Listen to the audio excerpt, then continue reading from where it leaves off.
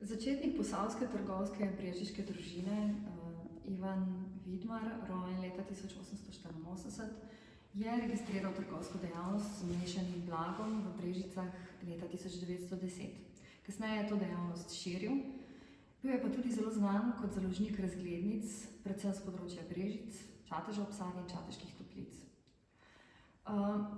Po vojni, ki ga je družina preživela v taborišču, se je Ivan Vidmar mlajši poročil z Majdo, rojeno Grobušek, ki je bila dolgoletna poslovodkinja v papirnici in knjigarni DZS v Brežicah, ki je bila ravno v njihovi hiši. S hčerko Milico sta Posavskemu muzeju Brežice podarili večje število predmetov, med drugim tudi športne predmete. Šport je bil zelo pomemben del njihove družine. Trenutno gledamo smuči, ki so pripadale Ivanu Vidmarju mlajšemu, znamke Elan z vezmi, znamke Tirolja in pa s pripadajočimi Elanovimi palicami.